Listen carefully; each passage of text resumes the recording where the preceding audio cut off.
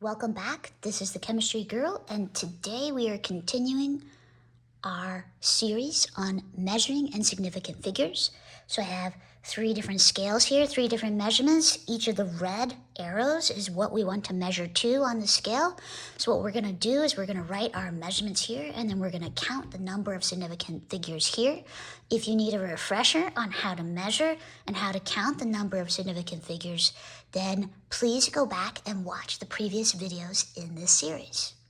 All right, so what I would like for you to do today is when I say pause the video and try yourself, I truly want you to pause the video and try to do the problems yourself and then come back and we'll discuss it in the video. So let's start with the first one. And so we want to measure to this line here, and I'll use blue just so that we have a different color. We want to measure here. And so what we have to do is we see the only certain lines on this scale here is at the 100 and at the 200. So we can really only be certain about this number and this number. So we can only be certain to the hundreds place, which means we have to guess to the tens place. Okay, so let me underline what we're going to do is we're going to guess in green. We're guessing that tens place. Okay, so we could think, well, about halfway is right here. About. So that would be 150. This looks like a little less than 150. So right now I want you to pause the video and write down what you think the measurement would be. Now remember, in our previous videos, we said the rule is only estimate one time.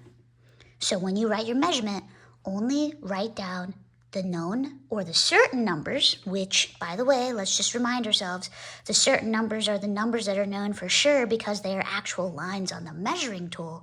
So you're going to write down all your certain numbers, and then you're going to estimate one time.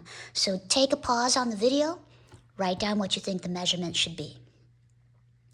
All right, welcome back. So I asked you to pause the video and to write down what your measurement should be. The first thing I'm going to do is write down all the certain numbers, the numbers that are known for sure because they're actual lines on the measuring tool. And so just so that we're not confused, I underlined in blue the certain values, the 100 and the 200.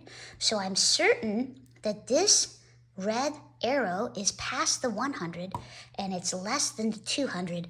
So I'm certain about the 100. And so then what I have to do after that is I have to estimate to the tens place. So I don't think it's 150. I'm going to say 140. Now, you may just say, but Chemistry Girl, you estimated 2 values because you put a 4 and a 0. And the answer to that is, no, I didn't. So this 4 is my estimate. Right? That's my estimated value. The 0 is a placeholder, just telling me that this scale is in the hundreds place. Okay? So you could think of this 0 as a placeholder or as a scaling factor, because what I could do is I can rewrite this number as 1.4 times 10 to the second. Now, if you need help writing with scientific notation, go watch my video that's linked below about scientific notation, but these 2 numbers are now the same. And so now what I have is my known or my certain value, which is the 1, which is also here. And then I also have my 4, which is my estimate.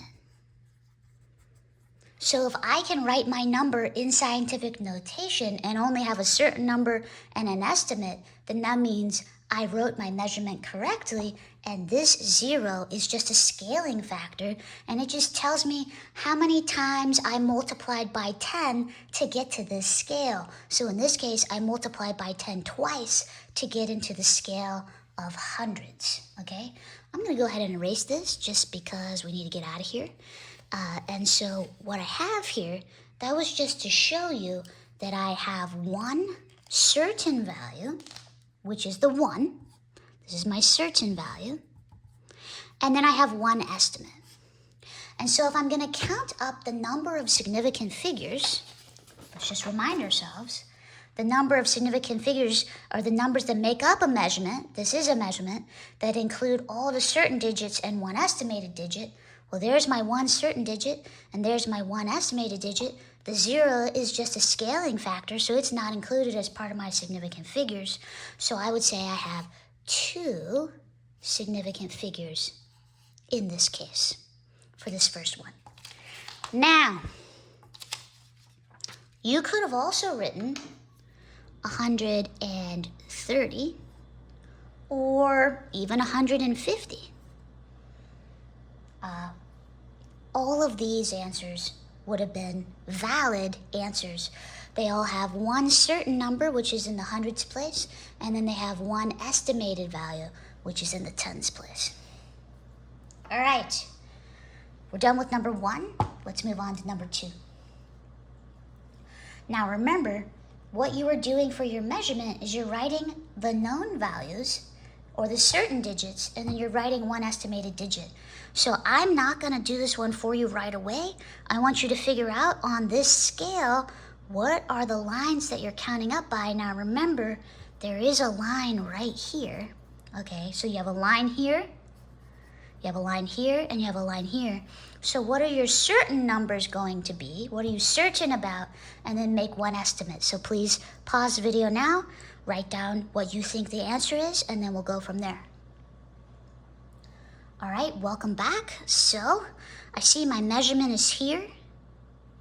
I'm gonna go ahead and underline in blue what is certain. The 2 is certain, the 20, so that's in the tens place. This is a 30. So that 30, that 3 in the tens place is also certain, and the 40 is also certain in the 4 in the tens place. So we are counting up by tens, so I could even write that the tens are certain.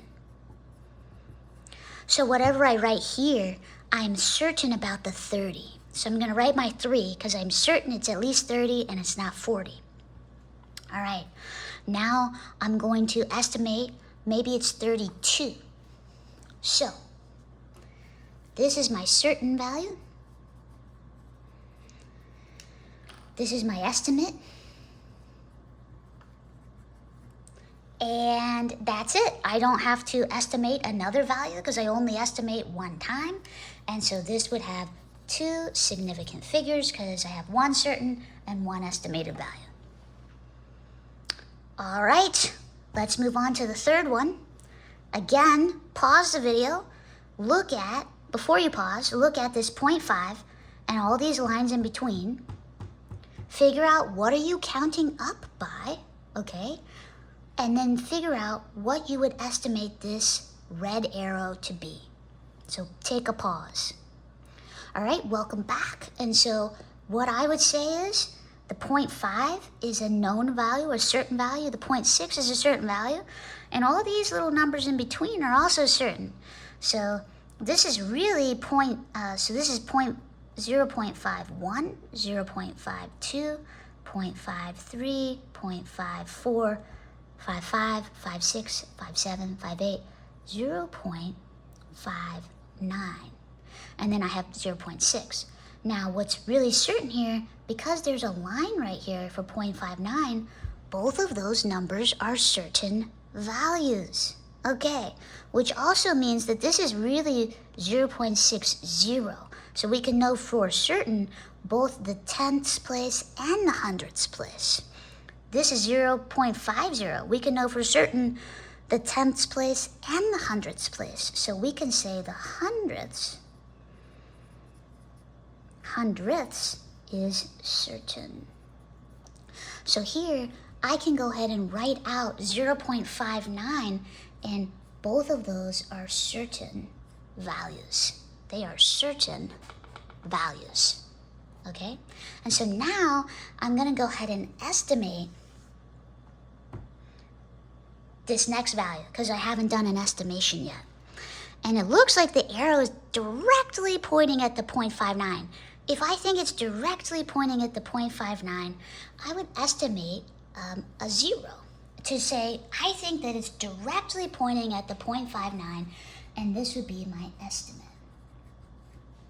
Okay, So when I count up the significant figures for this measurement, I would have 2 certain values and 1 estimated value, and that would be 3 significant figures. Now, you may be asking, well, chemistry girl, what about that 0? Isn't that a part of this measurement? And the answer is that 0 is the same as that 0. These are both placeholders. They're telling me the scale. Am I scaling it up or am I scaling it down? In this case, this 0 means I'm scaling up to the hundreds place.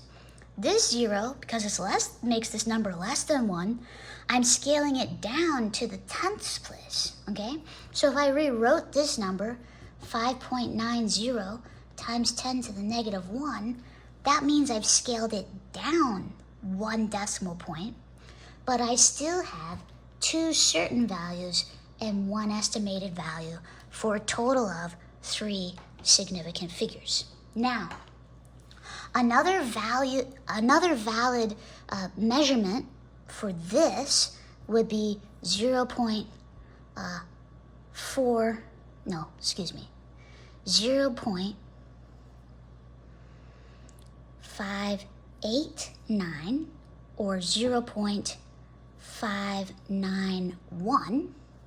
But again, you still have 2 certain values and 1 estimated value for a total of 3 significant figures. Hey everyone, my name's Simone and I am the Chemistry Girl. I really hope that these videos have helped you. If so, please try to help me out in 3 different ways. Number 1, please like or subscribe to these videos and share them with your friends, especially people who need extra chemistry or physics help. Number 2, are you seeking out a tutor? Well, that's amazing because I'm currently accepting new students for both tutoring in chemistry and physics. If that's something you'd like to explore, please email me at thechemistrygirl1@gmail.com or click on my link to my website below in the notes. Number 3, are there other videos that you'd like me to make about chemistry problems or physics problems? If so, comment below and I'll be sure to get right on that and get back to you real quick with a new video. Keep watching, have a great day, and keep living, laughing, and loving.